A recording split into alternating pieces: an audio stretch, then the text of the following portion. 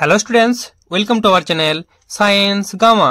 এখন তোমাদের ক্লাস 9 ভৌত বিজ্ঞানের রায় ও মার্টিন প্রশ্নবিচিত্রার পেজ নাম্বার হচ্ছে 270। এখানে তোমাদের যে 11 নম্বর স্কুলটা দেওয়া আছে রামপুরহাট জেএল বিদ্যাভবন, এই স্কুলের তোমাদের সমস্ত শর্ট কোয়েশ্চেন এবং যে সমস্ত গাণিতিক সমস্যাগুলো আছে বা কিছু পরমাণুর গঠন সংক্রান্ত যে সমস্যাগুলো আছে তার উত্তরগুলো এই ভিডিওটিতে দেব। তো তোমরা চ্যানেলটিতে নতুন হয়ে থাকলে এই ধরনের ভিডিওগুলি পাওয়ার জন্য অবশ্যই চ্যানেলটিকে সাবস্ক্রাইব করে রাখো আর বন্ধুদের মধ্যে ভিডিওগুলি অবশ্যই শেয়ার করো।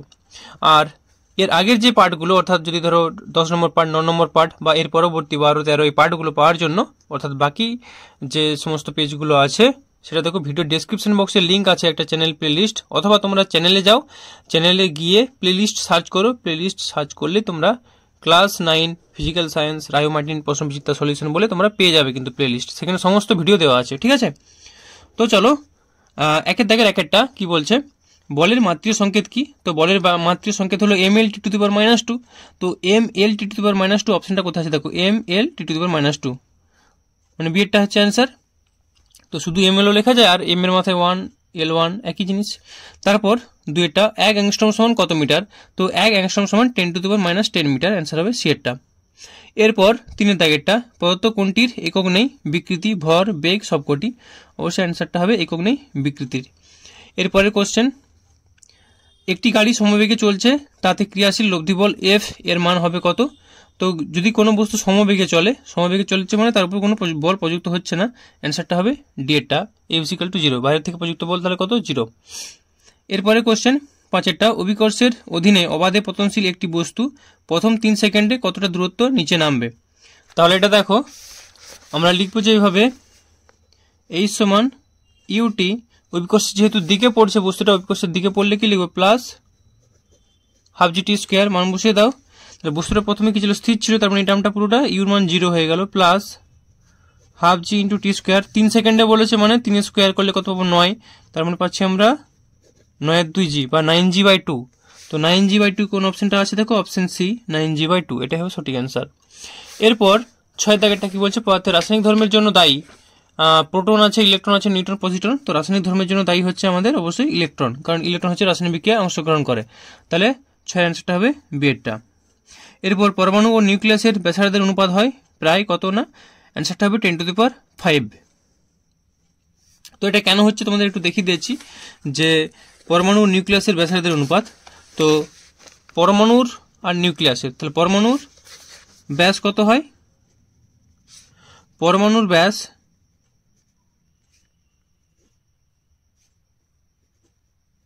ডিভাইডেড বাই নিউক্লিয়াসের ব্যাস,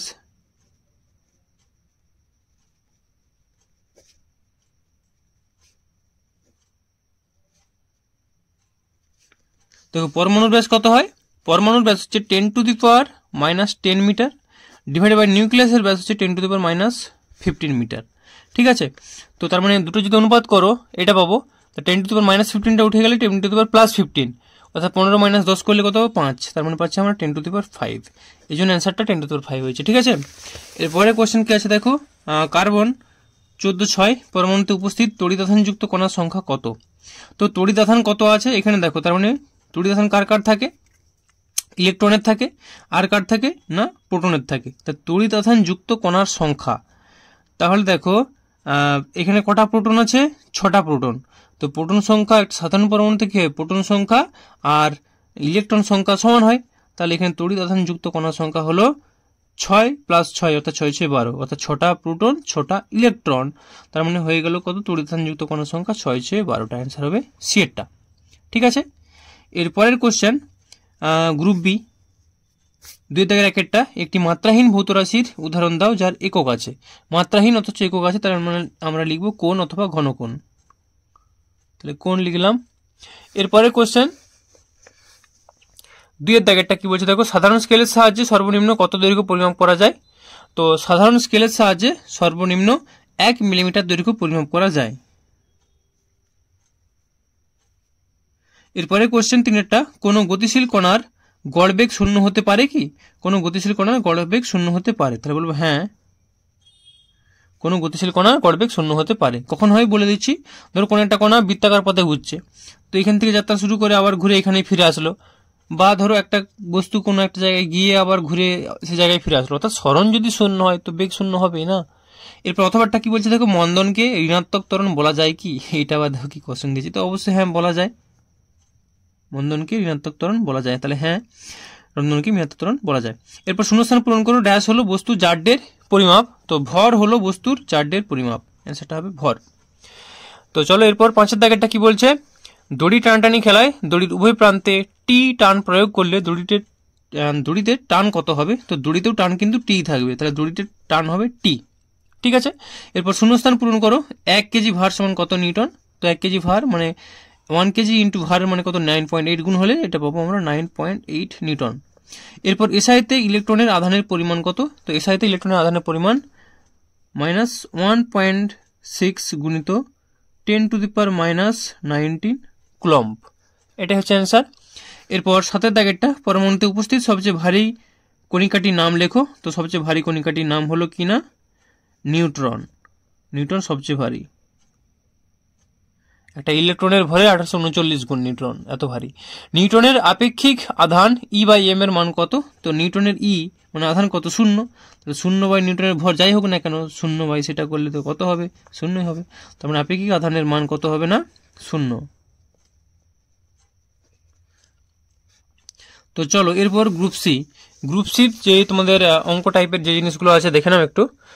গ্রুপ সি 3 দাগের 5 সমবেগে গতিশীল বস্তুর ক্ষেত্রে সরণ সময় লেখচিত্র অঙ্কন করো ও লেখচিত্রের প্রকৃতি উল্লেখ করো। তো 5 তোমরা দেখে নাও।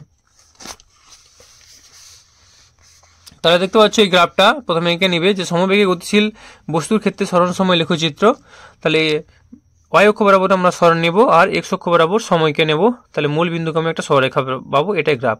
আর বলছে গ্রাফের প্রকৃতি কি জানতে চেয়েছে, তাহলে লিখবো লেখচিত্রের প্রকৃতি হলো মূল বিন্দুগামী সরলরেখা, এটাই বলবো। ঠিক আছে, এরপর চলো 3 দাগের 5 অথবাটা কি বলছে, একটি গাড়ি প্রথম এক্স মিনিটে ওয়াই কিলোমিটার ও পরবর্তী ওয়াই মিনিটে এক্স কিলোমিটার পথ যায়, গাড়িটির গড় দ্রুতি ঘন্টায় কত? তো গাড়িটির গড় দ্রুতি জানতে চেয়েছে এবং সেটা ঘন্টায় জানতে চেয়েছে। তাহলে লিখবো গড় দ্রুতি সমান মোট অতিক্রান্ত দূরত্ব বাই মোট সময়। তাহলে মোট অতিক্রান্ত দূরত্ব কত দেখো, প্রথম ওয়াই কিলোমিটারে গেছে এক্স মিনিটে, তার পরবর্তী এক্স কিলোমিটারে গেছে ওয়াই মিনিটে, তাহলে মোট সময় মোট দূরত্বটা হচ্ছে ওয়াই প্লাস এক্স আর মোট সময় হচ্ছে এক্স প্লাস ওয়াই, এটা মিনিটে, তো সেটাই বসানো হয়েছে। তারপরে এটা পাচ্ছি কিলোমিটার পার মিনিট, তো সেটা ঘন্টায় জানতে চেয়েছে। তো ঘন্টায় করলে কত হবে, 1 মিনিটে যদি 1 কিলোমিটার যায় তাহলে 1 মিনিট মানে কত, মানে 1 মিনিট মানে 60 মিনিট, 1 ঘন্টা করতে গেলে 60 মিনিট, 60 মিনিটে 60 কিলোমিটার যাবে, তারপরে 60 কিমি পার আওয়ার, ব্যাকেটে লিখে দিয়েছি যেহেতু 1 ঘন্টা সমান 60 মিনিট। লিখব অতএব গাড়িটির গড় দ্রুতি ঘন্টায় 60 কিলোমিটার, এটাই হলো সঠিক অ্যান্সার। তো চলো এরপর যে তোমাদের অঙ্ক টাইপের জিনিসগুলো আছে, অর্থাৎ 3 দাগের 8 কি বলছে দেখো, X2 মাইনাস আয়নে 10টি ইলেকট্রন ও 8টি নিউট্রন আছে, মৌলটির পরমাণু ক্রমাঙ্ক কত? মৌলটির নাম লেখো। ঠিক আছে, তো অ্যান্সারটা তোমরা দেখে নাও। তাহলে লিখবে এইভাবে যে X2, হাতের লেখাটা খারাপের জন্য আমি দুঃখিত, যাই হোক আশা করি বুঝতে পারবে। X2 মাইনাস আয়নে 10টি ইলেকট্রন আছে। দেখো এটা আয়ন, কিন্তু প্রোটন কিন্তু আয়নে চেঞ্জ হয়ে যায় না, ইলেকট্রন চেঞ্জ হতে পারে তবে আয়ন হয়। তাহলে এক্স মৌলে ইলেকট্রন তাহলে কত আছে, যদি এটা X2 মাইনাসে 10টা ইলেকট্রন থাকে, অর্থাৎ এখানে মৌল হিসেবে কত এক্স হবে, আর এখানে 2 মাইনাস মানে 2টো ইলেকট্রন এক্সট্রা আছে, তাহলে 2টো এক্সট্রা নিয়ে 10টা, তাহলে 2টো এক্সট্রা যদি না থাকতো তাহলে কত হতো, 8টা হতো, অর্থাৎ 10 মাইনাস 2 মানে 8। ঠিক আছে, নিশ্চয়ই বুঝতে পারছো।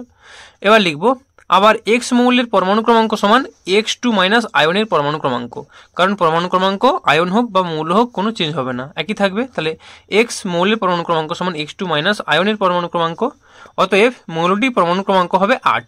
তাহলে এটা একটা অ্যান্সার হয়ে গেল। লিখে দিচ্ছি কারণটা, যেহেতু ইলেকট্রন সংখ্যা সমান প্রোটন সংখ্যা সমান পরমাণু ক্রমাঙ্ক, কারণ আমরা পরমাণু ক্রমাঙ্ক দেখো মৌলটির এখানে আমরা বের করেছি পরমাণু ক্রমাঙ্ক এত, আর ইলেকট্রনও কত আছে, 10টি ইলেকট্রন আছে, তো 10টি ইলেকট্রন এখানে কত ইলেকট্রন আছে, 8টি, এই ইলেকট্রন সংখ্যার সঙ্গে পরমাণু ক্রমাঙ্ক সংখ্যা সমান হয়, তো সেই জন্য এটা অ্যান্সার হবে 8।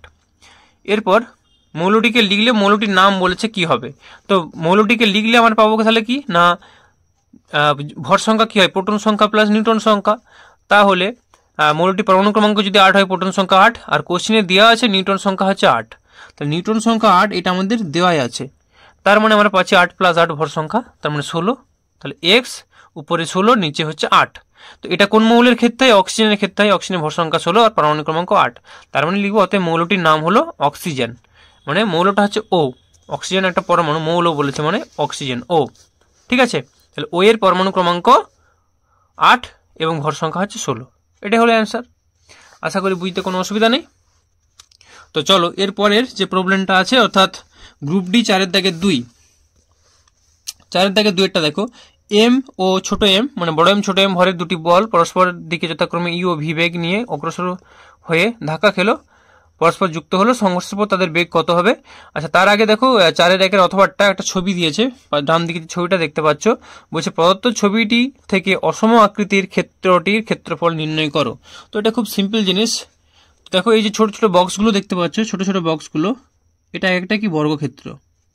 ঠিক আছে, এটা একটা বর্গক্ষেত্র। তো এই যে বর্গক্ষেত্র এরকম কটা আছে? দেখো এরকম বর্গক্ষেত্র আছে যদি গুণ 1 2 3 4 5 6 আর এদিকে 1 2 3, অর্থাৎ 3 ছক 18টা। ঠিক আছে, 18টা পুরোপুরি আছে। এরপর কতগুলো দেখো হাফ আছে, হাফ নেই, অর্থাৎ খানিকটা আমরা ধরবো, খানিকটা ধরবো না। ছবি সহজ করে দিয়েছে, যেগুলাকে ধরবো টিক চিহ্ন দিয়ে দিয়েছে, আর কতগুলো টিক চিহ্ন দেয়নি, মানে ক্রস চিহ্ন দিয়েছে। ঠিক আছে, তো টিক চিহ্নগুলো ধরে নেব। তাহলে হয়েছে 18, 18-এর উপর কত? 1 2 3, মানে 18-এর উপর 19 20 21 22 23 24 25 26 27 28, অর্থাৎ এরপর আরো 10টা আছে। তাহলে 18 10 28টা। তো এক বর্গক্ষেত্রের ক্ষেত্রফলের সূত্র কি? বাহু গুণিত বাহু, অর্থাৎ বাহু স্কোয়ার। এই যে বাহুর দৈর্ঘ্য এটা কত, এখানে কোশ্চেনে কিন্তু কোনো উল্লেখ করে দেওয়া নেই। এটা যদি একটা সেন্টিমিটারে দিত, মিলিমিটারে দিত, হ্যাঁ, কিসে দিয়েছে কোনো বলেনি, একটা একক আছে। ধরে নিচ্ছি বাহুর দৈর্ঘ্য আমরা এখানে এ একক ধরি, বাহুর দৈর্ঘ্য এ একক। কোশ্চেনে যেহেতু বলে দেওয়া নেই, ক্ষেত্রটির ক্ষেত্রফল নির্ণয় করতে বলেছে, তাহলে এখানে তো বাহুর দৈর্ঘ্য আমাদের জানতে হবে। তাহলে বাহুর দৈর্ঘ্যটা হচ্ছে এ একক। তাহলে বাহুর দৈর্ঘ্য এ একক হলে বাহু স্কোয়ার মানে এ স্কোয়ার, এরকম কতগুলো আছে? 28টা, তার মানে 28 এ স্কোয়ার। এটাই অ্যান্সার। আশা করি বুঝতে কারো অসুবিধা নেই। তাহলে অ্যান্সারটা হবে কত না 28 এ স্কোয়ার, 28 এ স্কোয়ার। তো চলো এরপর যেটা বলছে 4-এর দাগে 2 অথবা পরেরটা, অর্থাৎ এম ও এম ভরের এই অঙ্কটা। তো দেখে নাও সংঘর্ষের পর তাদের বেগ কত হবে। তাহলে অ্যান্সারটা দেখো, দুটো বস্তু এভাবে পরস্পর মুখোমুখি যাচ্ছে, সংযুক্ত হয়ে গেল কি ভর দুটোকে একসাথে লিখবো এম প্লাস এম, আর যেহেতু এটা বড় এম ভরে বেগটা ধরে নিচ্ছে এদিকে হচ্ছে। ঠিক আছে, তো বেগের অভিমুখ যদি এখানে জানতে চাইনি, তাহলে লিখবো ধরি সংঘর্ষের পর তাদের বেগ হবে ভি, বড় হাতের ভি। সংযুক্ত হওয়ার পর তাদের ভর হবে কত? দুটো যোগ হয়ে গেছে মানে এম প্লাস এম। এখন রৈখিক ভরবেগের সংরক্ষণ সূত্র অনুযায়ী সংঘর্ষের আগে ভরবেগ সমান সংঘর্ষের পরে ভরবেগ। তাহলে সংঘর্ষের আগে ভরবেগ কত ছিল? বড় এম ছোট ইউ ভর গুণিত বেগ প্লাস ছোট এম ছোট ভি, দুটো যোগ করেছি, সমান সংঘর্ষের পরে ভরবেগ M plus M into V. তাহলে বা ভি সমান এইটা divided by M plus M. তো সেটাই করা হয়েছে। তাহলে অতএব সংঘর্ষের পর তাদের বেগ হবে M U plus M V by M plus M. এটাই হলো অ্যান্সার।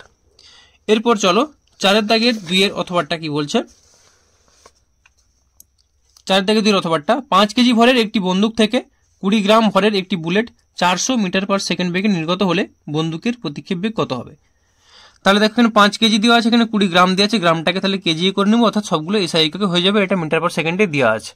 তাহলে অ্যান্সারটা দেখে নাও, এভাবে লিখবো যে প্রদত্ত এম সমান 5 কেজি, অর্থাৎ বন্দুকের ভরটা 5 কেজি, ছোট হাতের এম মানে বুলেটের ভর 20 গ্রাম। অঙ্কে এত সব লিখতে হয় না, কোনটা কার ভর শর্টকাট আমরা লিখতে পারি। তাহলে লিখবো 5 কেজি, তাহলে বুলেটের ভরটা হচ্ছে কত? এম, ছোট এম সমান 20 গ্রাম। 20 গ্রাম থেকে কেজি করলে 1000 দিয়ে ভাগ করবো, 1000 দিয়ে ভাগ করলে 0.02 কেজি।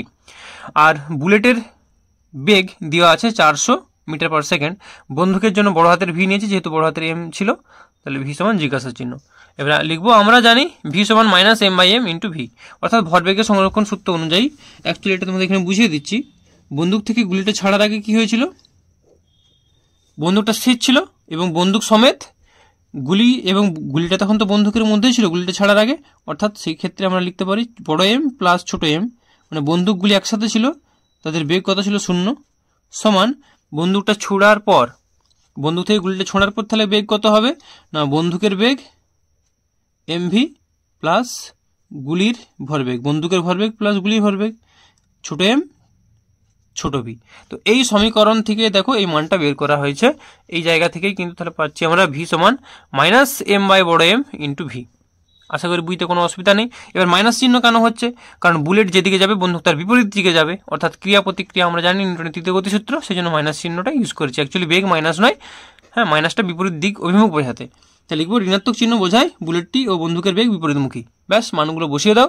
ছোট হাতের এম অর্থাৎ বুলেটের ভর 0.02 কেজি, বন্দুকের ভর 5 কেজি, গুণিত বুলেটের বেগ 400 মিটার পার সেকেন্ড। তো এটা কাটাকাটি করবে, তোমার পেয়ে যাবে 1.6। ঠিক আছে, তাহলে পথে বন্দুকের প্রতিক্ষেপ বেগ হবে 1.6 মিটার পার সেকেন্ড। এটাই হলো অ্যান্সার। তো তোমাদের আজকের ভিডিওটি এই পর্যন্ত। ভিডিওটি কেমন লাগলো অবশ্যই কমেন্ট করে জানিও, আর বন্ধুদের মধ্যে ভিডিওগুলিকে অবশ্যই শেয়ার করো, আর চ্যানেল নতুন হয়ে থাকলে এই ধরনের ভিডিওগুলি পাওয়ার জন্য অবশ্যই চ্যানেলটিকে সাবস্ক্রাইব করো। ওকে, ভালো থেকো, বাই।